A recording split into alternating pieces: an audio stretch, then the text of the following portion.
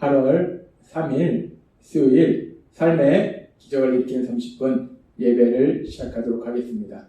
하나님께서 오늘 우리에게 주신 말씀은 요한복음 1장 29절에서 34절까지의 말씀입니다. 이 말씀 제가 봉독하도록 하겠습니다.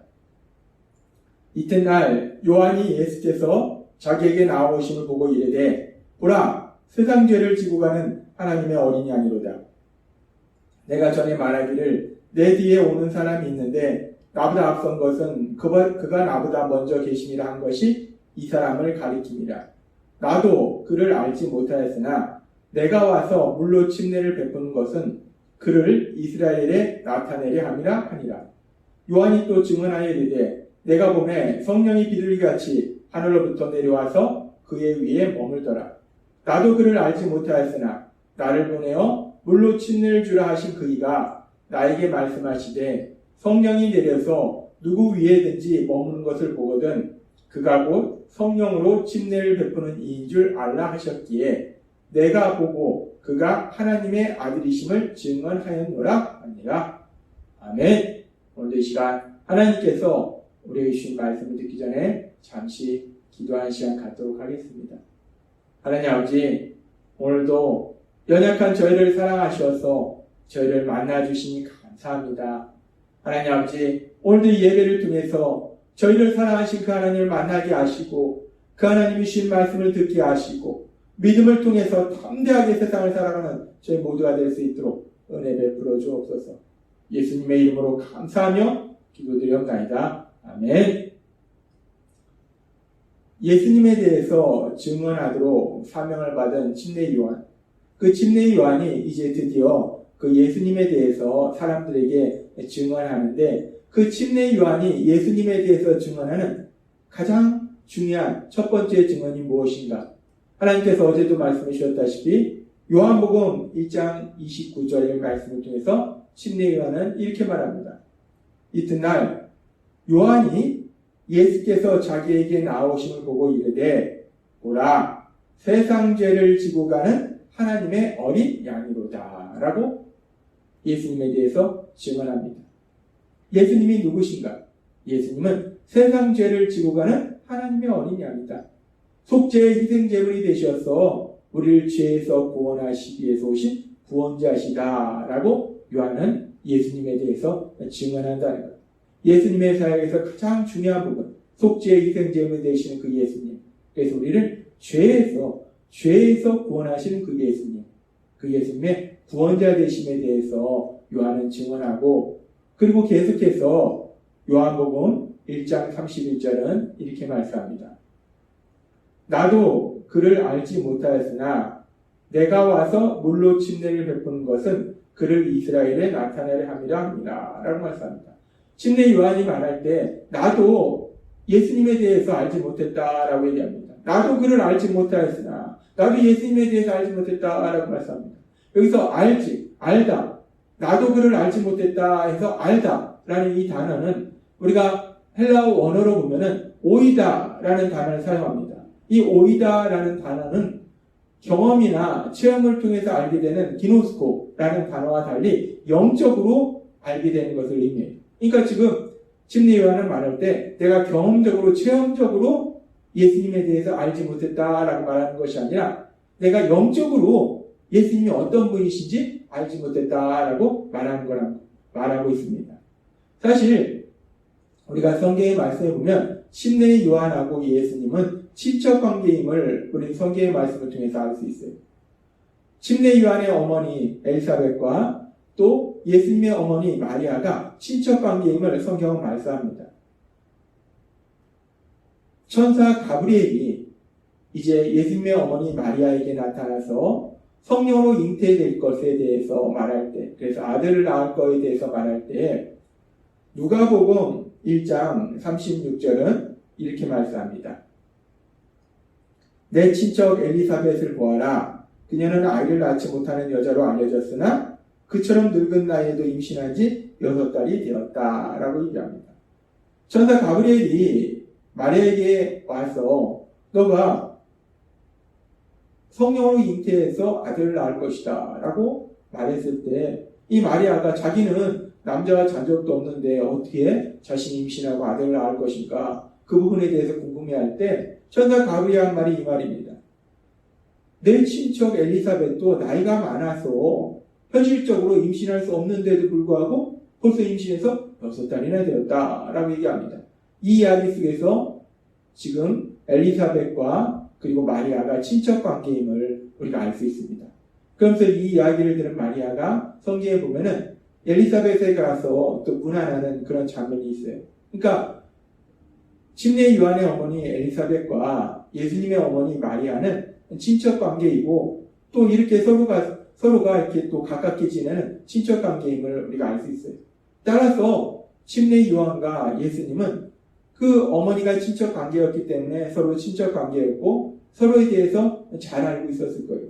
또한 침례 요한은 자신의 어머니 엘리사벳을 통해서 이 예수님이 초자연적인 그런 역사를 통해서 또 이 땅에 태어났음도 들었을 거예요. 그래서 침례 요한은 인간적으로도 예수님에 대해서 알고 있었고 또 교제도 했었을 것이고 그리고 예수님이 그렇게 뭔가 특별한 인물이라는 것까지는 알고 있었어요.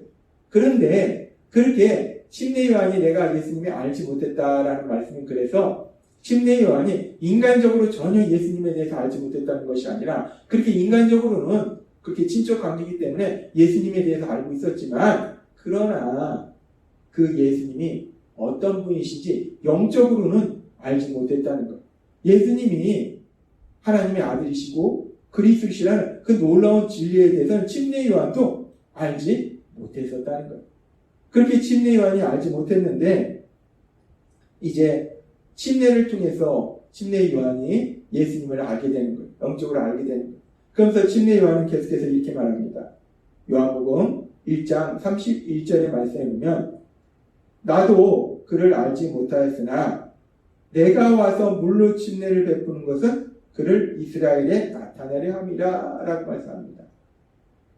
침례 요한이 와서 사람들에게 회개의 침례를 베풉니다. 시행합니다. 그래서 사람들이 이제 메시아로 오신 예수님, 그 예수님을 맞이할 수 있도록 사람들이 회개할 수 있도록 침례를 베푸는데 근데 침례의 가장 중요한 목적, 침례 요한이 이렇게 침례를 시행하는 가장 중요한 목적은 그 모든 것을 통해서 결국 구원자로 오신 예수님, 그 예수님을 세상 가운데 나타내도록 이분이 예수님이라고 세상 가운데 증언하도록 하기 위해서 침례 요한이 침례를 베풀고 있다라고 말한다는 거예요. 그러면서 그러면은 침례 요한이 베푸는 그 침례를 통해서 어떻게 예수님을 세상에 나타내는가? 예수님이 구원자이심을 침례 요한이 증언하는가? 우리가 계속되는 말씀에 보면은 요한복음 1장 32절은 이렇게 말씀합니다. 요한이 또 증언하여 이르되 내가 보매 성령이 비둘기같이 하늘로부터 내려와서 그의 위에 머물더라 라고 말씀합니다. 요한이 이 침례 요한이 보니까 예수님에게 성령님이 비둘기같이 임하더라는 거예요. 이 말씀은 우리가 마태복음 3장 16절에 보면 이렇게 말씀합니다. 예수께서 침례를 받으시고 곧 물에서 올라오실 때 하늘이 열리고 하나님의 성령이 비둘기같이 내려 자기 위에 임하심을 보시더니 라고 말씀합니다. 예수님께서 침례 요한을 통해서 침례를 받으셨는데 그렇게 침례를 받으시고 물에서 올라오실 때 하늘이 열리고 하늘에서 성령이 비둘기같이 예수님의 머리 위에 임하더라는 거예요. 침례 요한은 그것을 분명히 봤다는 겁니다. 성령님은 영이시기 때문에 사실 눈에 보일 수 없는데 하나님께서 예수님을 세상에 나타내시고자 이렇게 비둘기 같은 형체로 성령님이 임하신 것을 침례 요한이 볼 수 있도록 만들어주셨다는 거예요. 그렇게 침례 요한은 분명히 예수님의 그렇게 성령님이 비둘기같이 임하는 것을 보았고 그리고 요한복음 1장 33절과 34절은 이렇게 말씀합니다.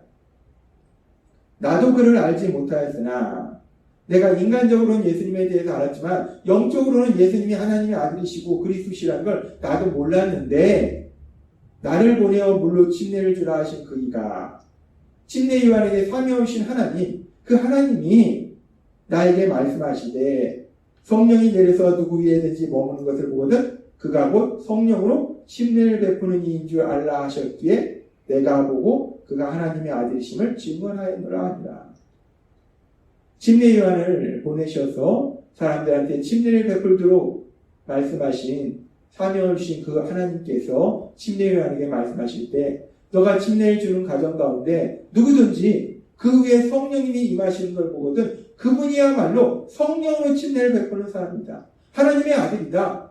라는 것을 하나님이 말씀해 주셨기 때문에 침례 요한이 자신이 침례를 하고 베풀고 그리고 물에서 올라오신 예수님을 보니까 그 예수님의 머리 위에 성령님 비리같이 임하시더라는 거예요. 그래서 저분이 하나님 말씀하신 그분이구나. 그리스도시구나.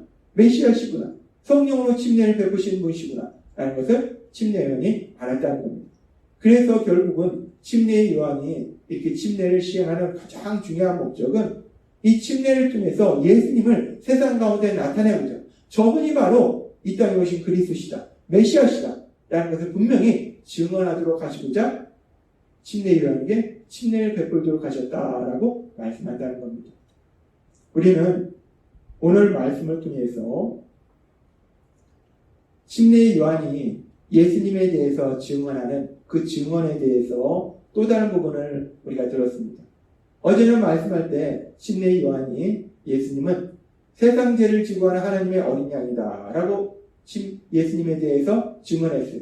그리고 오늘 우리가 읽은 말씀에 보면 그 예수님에 대해서 뭐라고 증언합니까? 예수님에 대해서 두 가지를 증언합니다. 하나님의 아들이시다. 그리고 또 하나는 성령으로 침례를 베푸는 이시다. 자신은 물로 침례를 주지만 자신의 뒤에 오시는 이는 성령으로 침례를 베풀리라 라고 침례 요한이 얘기했는데 그렇게 성령으로 침례를 베푸시는 분이 바로 예수님이시다. 예수님은 그리스도시다. 메시아시다. 라고 침례 요한이 예수님에 대해서 증언하더라는 것. 그렇습니다. 예수님은 성령으로 침례를 베푸시는 분입니다. 그렇다면 성령으로 침례를 베푸신다는 게 무엇을 의미하는 것인가? 성령으로 침례를 베푸신다는 것은 성령님의 역사를 통해서 거듭나게 하신다는 거예요. 고린도후서 5장 17절은 이렇게 말씀합니다. 그런즉 누구든지 그리스도 안에 있으면 예수님을 믿으며 예수님의 역사하심으로 인해서 새로운 피조물이라 라고 말씀하셨습니다. 예수님은 성령으로 침례를 베푸시는 분이시기 때문에 그 예수님의 역사하심에 의해서 이제 예수님의 십자가 죽으심과 부활하심을 통해서 예수님이 죄사함의 구원사역을 이루실 때 예수님께서 이제 성령님을 보내주셔서 그 성령님의 거듭나게 하시는 역사하심으로 인해서 죄인이었던 사람이 하나님의 사랑받는 아들과 딸이 되는 그렇게 변화되는 새롭게 창조되는 새로운 피조물이 되는 놀라운 역사가 일어난다. 예수님께서 성령으로 침례를 베푸신다는 것은 이렇게 예수님을 통해서 성령님의 거듭나게 하시는 역사하심을 체험하게 된다는 것. 그래서 사람들이 죄인에서 하나님의 자녀로 변화되는 새로운 피조물이 되는 새롭게 창조된 놀라운 역사가 일어난다는 것. 하나님은 오늘 침례 요한을 통해서 우리가 믿는 예수님이 어떤 분이신지에 대해서 또 말씀하셨습니다. 우리가 믿는 예수님은 침례 요한을 통해서 증언하듯이 성령으로 침례를 베푸시는 분이세요. 우리가 믿는 예수님은 그렇게 성령으로 침례를 베푸시는 분이시기 때문에 우리 예수님을 믿을 때 우리가 성령님의 거듭나게 하시는 역사하심을 통해서 죄인이었던 우리들이 하나님의 사랑받는 아들과 딸로 변화되는 새롭게 창조된 놀라운 역사, 그 기적을 이미 체험했음을 믿습니다. 그렇게 성령으로 침례를 베푸신 그 예수님을 통해서 우리가 이제 하나님의 사랑받는 아들과 딸로 변화되어서 하나님 나라의 삶을 살아갈 때 우리를 그렇게 변화시켜 주신 우리에게 성령 침례를 베풀어 주신 그 예수님을 우리가 세상 가운데 증거함으로 인해서 우리도 침례 요한처럼 그 예수님을 증거함으로 인해서 증언함으로 인해서 전함으로 인해서 아직도 그 하나님의 그 놀라우신 역사하심 새롭게 창조되는 그 놀라운 역사 그 복을 받지 못한 세상 사람들에게 그 복을 받을 수 있도록 도와주는 섬기는 귀한 삶을 사시는 여러분 되시길 주님의 이름으로 축원합니다. 기도하겠습니다. 하나님 아버지 감사합니다.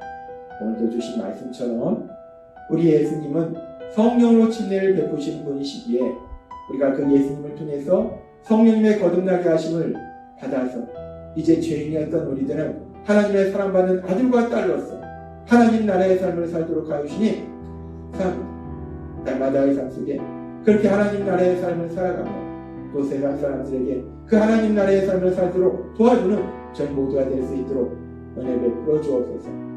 예수님의 이름으로 감사하며 기도드리옵나이다. 아멘. 이 시간도 하나님께서 우리 주신 말씀을 묵상하면서 조용히 기도하는 시간 갖도록